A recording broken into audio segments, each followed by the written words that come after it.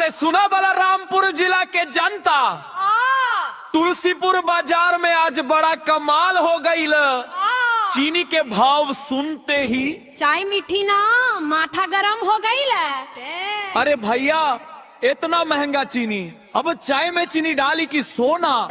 अरे बहनी भाव सुन के ता हम हूँ हैरान बनी। बलरामपुर जिला में चीनी महंगा हो गई।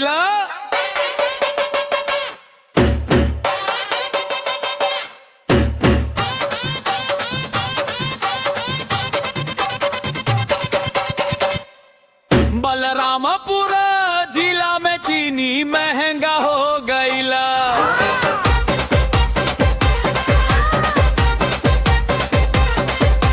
तुलसीपुर बाजार में हंगामा हो गईला। 1 किलो चीनी लेवे गईल रे भैया, भाव सुन के खाली झोला लेके लौटे गईला। खाली झोला लेके लौट गईला। अरे चीनी के भाव सुन के ता हम हूँ डर गईल बानी।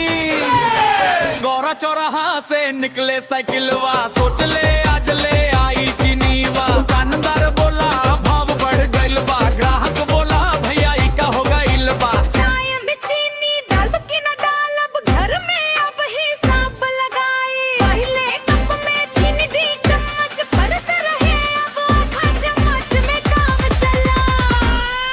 अरे चीनी महंगा हो गइल रे भैया,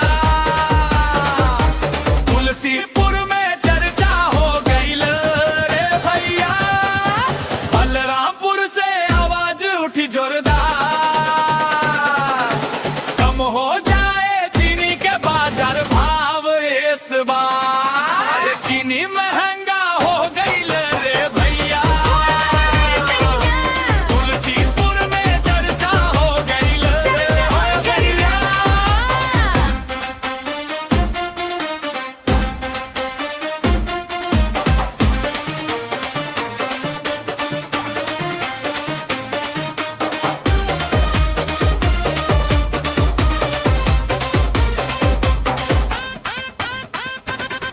माई कहे बे तो बाजार से चीनी लैया, ब्रद काहे माई पहले भाव बतैया। माई बोली काहे बेरा बोला, हंस के भाव सुन के पैसा गिर जाई हाथ से। दुकान दुकान आज यही कहानी, चीनी के भाव सुन के सब परेशान।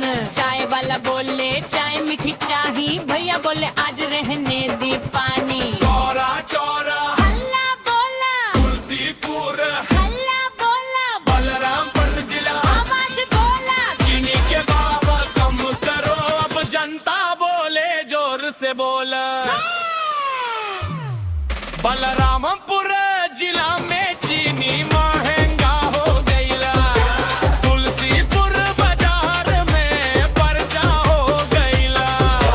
महंगाई के मारे जनता बेहाल बा, चीनी के भाव पर सबके सवाल बा। चीनी महंगा हो गईला रे भैया, तुलसीपुर में चर्चा हो गईले।